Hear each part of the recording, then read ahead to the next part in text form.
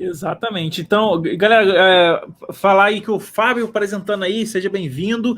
E o Luiz Souza mandou um super chat aqui. Obrigado aí, Luiz.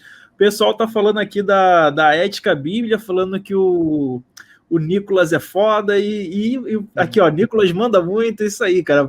São ótimos os argumentos da galera que tá aqui. E galera, pra gente poder começar aí pra parte final, acho que o Jason caiu aí. Aproveitar que o Fábio Matos chegou aí. Fábio, você estava acompanhando a live ou não? Eu de uma saidinha, fui editar o vídeo aqui, meu próximo vídeo, né? Aí quando eu peguei de novo, vocês estavam falando de Jó. E Jó, meu amigo, é meu calcanhar de Aquiles. Eu adoro essa história. Eu acho absurda essa história. Como é que os crentes usam essa história como uma história moral, né? Um exemplo para eles. Realmente é a história que todos eles usam, né? Quando a coisa está ruim, quando tudo não tem mais. Não tem mais nenhuma esperança, né? Quando a casa caiu, aí eles vêm inventar essa história absurda, né, de Jó, né, e que Jó depois consegue se levantar. Mas só que a história ela é absurda, não tem como você crer numa história dessa, né? A própria lenda ela é absurda, porque Deus queria provar o quê? Para o diabo? Deus tinha que dar satisfação ao diabo em quê? Né? E o melhor servo, né? O melhor servo, né? É uma aposta. É uma aposta. Então, e outra coisa, ele já sabendo qual é o final, ele sabia que Jó não ia cair nessa, ele sabia que o diabo também não ia cair aos pés dele, e ele sabe qual é o final do diabo, o Apocalipse já fala qual é o final do diabo, o diabo vai ser preso durante 1000 anos, né? Então ele sabia que o diabo não ia se converter, o diabo não ia se redimir. Né? Como é que ele faz um negócio, uma aposta dessa, sabendo como ele é onisciente? Ele sabia que nada daquilo ia acontecer. Então eu digo o seguinte: só quem ganha com essa história é o diabo. O diabo matou os filhos de Jó, matou os funcionários de Jó, botou uma doença de Jó. Isso é tudo que o diabo queria, era desgraça. E olha Deus aí, não percebeu. Eu digo que o diabo enganou Deus nessa história. Ele saiu rindo de tudo isso no final. Mas isso aí é porque vocês não têm exegese! Hermenêutica, segundo o nosso amigo aqui, Vitor Leal. Esses caras nunca estudaram hermenêutica na vida, meu irmão, e tem que ter hermenêutica para entender um absurdo desse, cara. Não, aí, a história de Jó... Contexto, sempre assim, tá fora do contexto. Tem que ter hermenêutica... Tem que ter hermenêutica para evocar um aspecto moral que é moral em qualquer mundo possível? Tem que ter. Não, a história de Jó, se é moral, se é imoral hoje, é imoral em qualquer mundo possível, em qualquer época, né? Então não é, cara. Mais ou menos. A história de Jó, ela é absurda, sim, só que ela cumpre um propósito para a mensagem que ela está passando para aquele povo. A mensagem de Jó é a carteirada que Deus dá em Jó. Deus, por que fizesse isso? E Deus dá aquela carteirada. Eu fiz porque eu quis, porque eu fiz isso, porque eu fiz aquilo, porque eu fiz aquilo. Ela tinha essa mensagem, essa história absurda, ela tem um propósito que é, olha, não se entende o que Deus faz. Deus faz o que quer, porque Ele quer. Entendeu? Porque Deus é todo-poderoso, não questione as razões de Deus. A síntese do livro, a síntese do livro é essa mesmo. A síntese do livro de Jó é essa mesmo. Onde você estava quando eu fiz o dinossauro e matei depois, entendeu? Onde você estava quando eu extingui os unicórnios? Essa é a mensagem. É uma das injustiças, né? Eu estou aqui editando o meu próximo vídeo sobre Caim e Abel, né? A segunda parte. Eu vou dar um spoiler aqui para vocês, né? O final é a mesma coisa. Deus é injusto porque ele, ao invés de salvar Abel foi chamado de justo por Jesus. Né? E Deus não dá proteção a Abel, ele prefere dar a proteção a Caim. Ele põe uma marca em Caim, né, dizendo que ninguém vai tocar em você, se tocar, vai ser 7 vezes de azar. Quer dizer, ele prefere proteger o mal e deixar que o mal se prolifere, porque Caim consegue sobreviver, né? Ele casa-se, obviamente com a sua irmã ou uma sobrinha dele, e ainda constrói uma cidade, enquanto que Abel, que era considerado o justo, foi morto, assassinado, e Deus não deu livramento. E os crentes ainda acham que tem livramento desse Deus, né? Se você for pegar por esse lado aí, você tem Noé, né? Que foi o único salvo para fazer o backup, né? Enquanto Deus ia formatar a terra. E aí,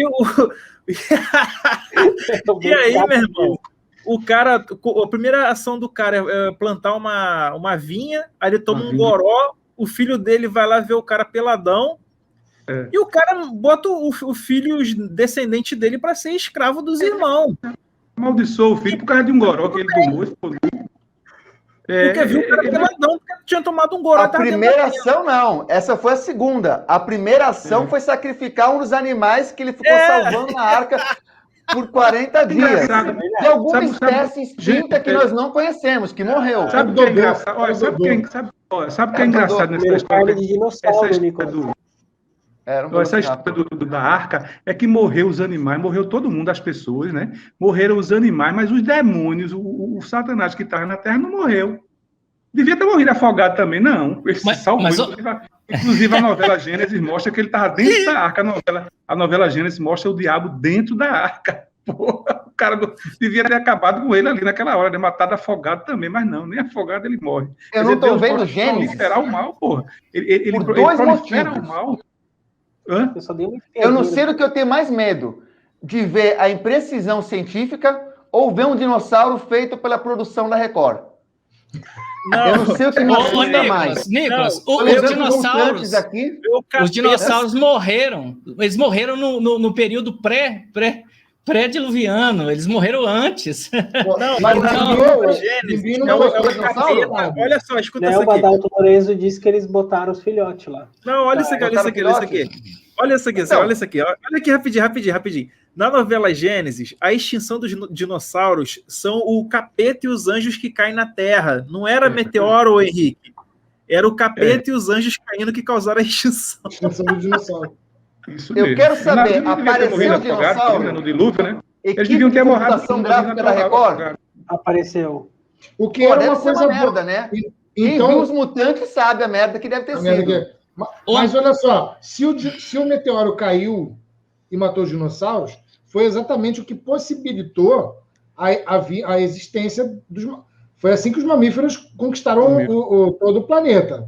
Então, já foi uma coisa boa, né? Porque ele matou o dinossauro, 65 anos depois. Então, porra. Como boa? O que tem de bom?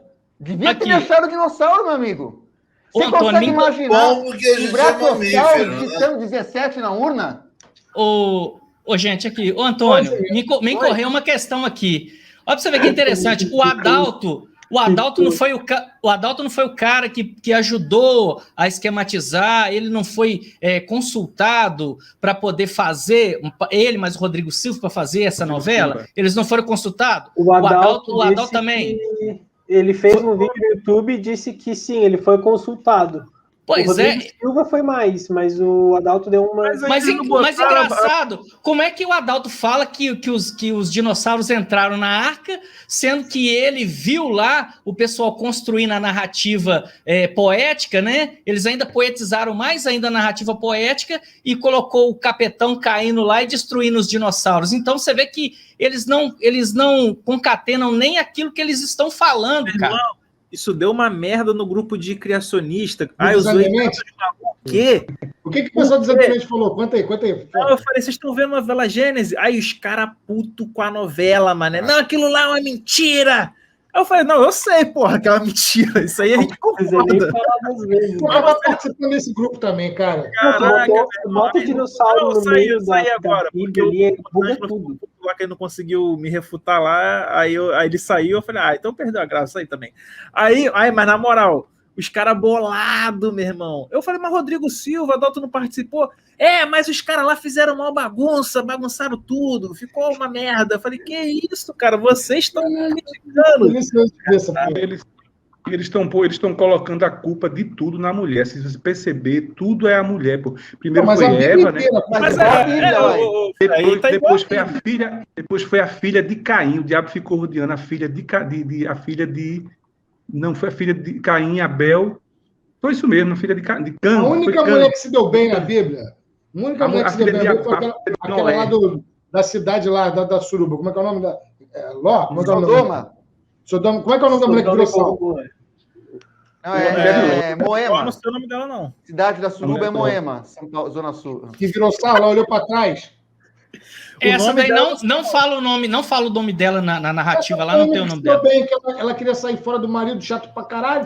Aí falou, esposa de Ló. Olha pra trás não que vai virar sal. E eu olhei, amor, virou sal. O cara não olhou, ela vazou pra Suruba de novo. Essa porra aconteceu. Como que sabe que virou céu se ninguém olhou para trás para ver? Olha só. Outra incoerência. Deus vai formatar a cidade da putaria e escolhe um cara que dá as filhas para a multidão fazer tchucu-tchucu e que depois traça as filhas dentro da caverna depois de um goró. Cara, esse Deus, ele é maluco. Ele é retardado, só pode. Ele só formata, ele quer evitar uma parada. Aí ele faz um backup da coisa horrível que ele quer formatar, do vírus. Ele faz o backup do vírus, porra. Não entendo. Eu entendo. É igual a Marta Suplicy querendo fugir da corrupção indo pro PMDB. Entendeu? Aí esse Nicolas é o melhor, mano. Porra, igual, mesma coisa. Caraca, isso aí foi... Pô, vocês estão entendendo? Não faz sentido, cara. Se você pegar a Bíblia... Cara, eu virei ateu por causa da Bíblia, gente. Eu já estudava ciência, já estudava evolução, já estudava física, já estudava a porra toda. Mas foi quando eu fui ler a Bíblia que eu virei ateu.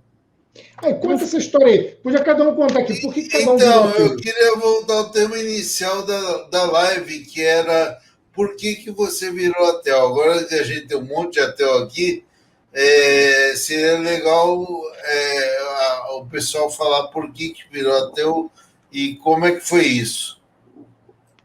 Não, então, o que foi meu primeiro estalo? Foi eu com 6 anos, ligando a TV, tinha uma emissora chamada TV Manchete. Vocês são tudo novo, vocês não vão lembrar disso. E tava passando esse desenho aqui, por isso que tem esse desenho atrás de mim, né? Cara, no desenho, no primeiro episódio, fala de um tal de Big Bang. Aí depois, durante o desenho, fala de Deus Atena, de Poseidon. Aí depois... A Twitter tá explicando alguma coisa aqui. Aí meu irmão, virei pro meu primo que era mais velho na época e falei assim, cara, o que é isso? Big Bang, átomo, Poseidon, Atena? Ele falou, não, cara, esses aí são deuses de outras mitologias. Isso aqui é como é que a ciência diz que o mundo teve início, tudo isso. Eu falei, que balbúrdia é essa, rapaz? Que isso, cara? Aí ali já foi o primeiro estalo. Depois, adolescente... ali 16 anos, tudo isso, eu fui ler a Bíblia, que eu falei assim, meu irmão, quer saber, eu vou provar isso aqui cientificamente, estava ali em célula, né, culto evangélico, tudo isso, falei, vou provar isso aqui cientificamente agora, vou provar através de Darwin, através de Newton, que isso aqui faz sentido. Quando eu abro a primeira página, estrelas e o sol depois da Terra, ali eu já virei, ali já foi um baque no ateísmo, aí depois a gente vai ver sol e lua que para, jumenta e cobra que fala, chacina o tempo inteiro, arca de Noé impossível, tudo isso, e aí não tem como continuar crente, não. Deixa eu mandar eu queria mandar uma para o Henrique, que é biólogo, me diga isso aqui, Henrique, se isso é de um Deus, veja só, no capítulo 9 de Gênesis, eu vou dar uma carreirinha aqui e mostrar o que foi que Deus disse a Noé aqui, né, para os seus filhos, assim, veja o que ele diz. Mas uma coisa que vocês devem comer é carne com sangue. Não devem comer, né, porque sangue está a vida. Eu acertarei as contas com cada ser humano e com cada animal que matar alguém. Henrique, isso é Deus falando, que vai acertar a conta com um animal que matar alguém. Quer dizer, essas cobras aí que tu mostra aí que mata as pessoas, deve estar acertando as contas com Deus até agora. Então, Era nas cobras. As cobras, os escorpiões, né, também, deve estar acertando as contas. Matou alguém, ele vai acertar as contas. Não, mosquito, Deus. Então, ferrou. Mosquito a dengue, então, puta merda. Isso aqui mata Deus, cara. Isso aqui a gente vê que é um Deus criado por homens. Né? Isso é um Deus criado totalmente pela cabeça humana. Né? Como é que um Deus vai acertar a conta com o pobre do animal irracional que mata para se defender e para comer, né? E supostamente Deus teria feito ele assim mesmo, depois vai acertar as contas com ele, eu não sei como é. É que nem uma homossexualidade. É que nem uma sexualidade, o Fábio. Como é que o cara vai condenar? Deve ser na chinelada, né? Na bofetada e com escorpião na chinelada, né? O cara faz um bagulho, né? Faz isso aqui. Porra, bota um bagulho ali. Então ele tem uma pasta. Um tesão do caraca no fiofó do maluco. E quer condenar o cara por isso, porra? Até não sei quanto tempo de gestação você não tem um sexo definido, às vezes o cara vem meio homem, meio mulher. Mas eu virei ateu por causa desse questionamento também. das punições, né? Das punições da Bíblia. E eu lembro quando eu era pequeno, eu ficava pensando, tipo assim, a gente vai ficar a eternidade toda lá no céu fazendo o quê, sabe? Eu ficava assim pensando. Aí uma vez eu fui ler, meu irmão assinava uma revista, né? Eu tenho ela até hoje aqui, ó.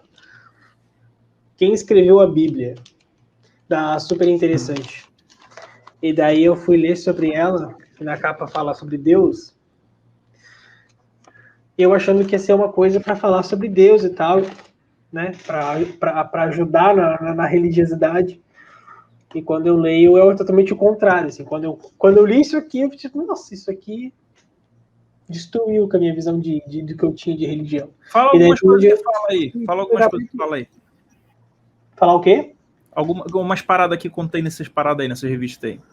Aqui ele fala desde da história de quem escreveu, no caso, quem começou a escrever, e fala também da parte, a gente fala, antes de surgir o cristianismo, fala das referências que tinha, desde dos gregos, desde dos egípcios, e tu começa a ver que tem muita coisa ali que veio migrando, sabe?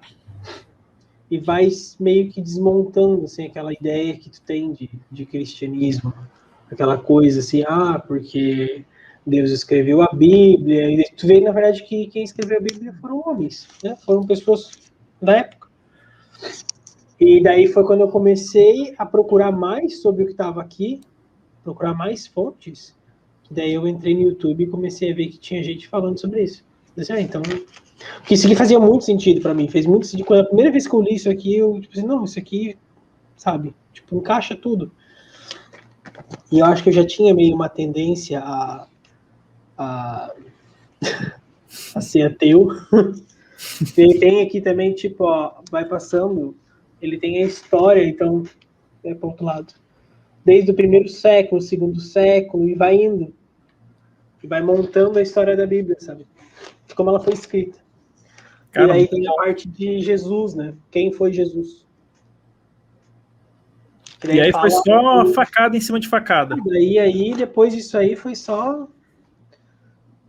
Não teve mais volta, né? É isso que eu sinto também, não sei se vocês sentem isso também, que depois que você se torna ateu e você começa a buscar, para falar, não é possível, vou buscar essa outra coisa aqui para me desconverter e voltar a ser cristão. Aí tu fica mais ateu. Aí tu fala, não, agora eu vou na ciência, aí fica mais ateu. Agora eu vou na história, aí vira mais ateu. Vocês sentem isso também? Porque, cara, quando eu comecei a me desapegar da religião, tudo que eu ia buscar, eu falei assim, não, agora eu vou lá no Santo Sudário. Aí eu descobri que o Santo Sudário era uma falsificação, teve 3 laboratórios lá que testou e que era... Eu acho que quando ele começa a trazer lógica para isso, acaba que as coisas não se sustentam mais. Não se sustenta, mano. Aí eu falei, não, mas Jesus existiu. Aí eu fui pesquisar e, porra, caralho, tudo interpolação, não sei o que, sei o que lá. Aí eu falei, não, mas Noé encontrar a Arca de Noé, e vai lá e o Efarsas fala que é mentira. Aí, meu irmão, quando tu começa a buscar, meu irmão... Gilmar é meu amigo, Gilmar de Efarsas. Tu não consegue...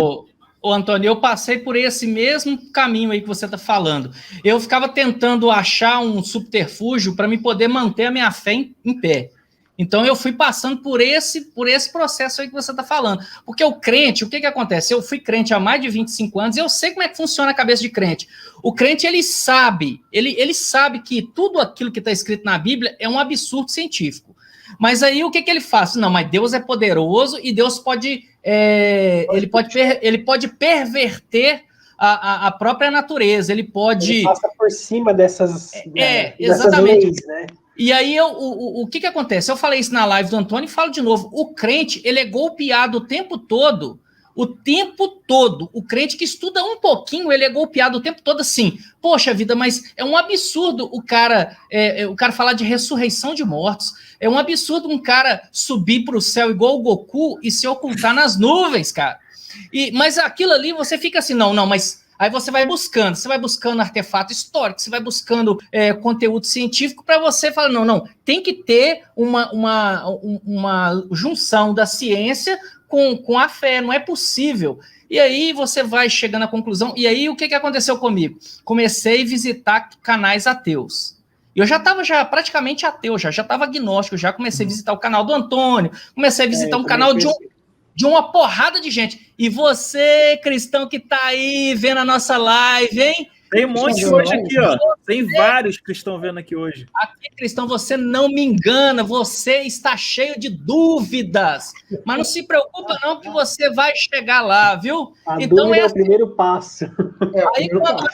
Aí quando eu me desvencilhei disso, falei assim, não, cara, realmente não tem jeito de defender esse livro, porque os absurdos são inúmeros, são tamanhos que não dá para você concordar com um negócio desse. Daí eu realmente me tornei ateu, cara. Não dá para você... Tem que estar dando respostas ridículas, né? Como aquela mesmo do arco-íris, Antônio, você falou. Eu já tinha falado num vídeo meu que Deus precisou fazer o arco-íris para quando ele olhar para o céu, ele se lembrar. Aí uma vez eu falei isso para uma amiga minha que é crente, e ela disse, um absurdo esse aqui, por que isso aqui está aqui na Bíblia? Aí ela olhou para um lado, foi para o outro, não sei, parece, Fábio, tá aí, mas quando eu leio, eu acho que ele falou para a gente se lembrar, é para a gente se lembrar. Eu disse, sim, mas por quê? Qual a dificuldade de escrever na Bíblia? Para vocês se lembrarem, não é para mim, eu sou onisciente, eu não preciso de nada para me lembrar. Qual era o absurdo? Não existiam essas palavras na época, não? Ela ficou sem saber o que responder. É isso que eu não quero passar por ridículo. Não tem como você ficar sem resposta para essas coisas. Fábio, naquela época, Deus, ele era antropomorfizado, entendeu? Esse conceito de Deus onisciente, onipresente, onipotente, isso é uma construção posterior.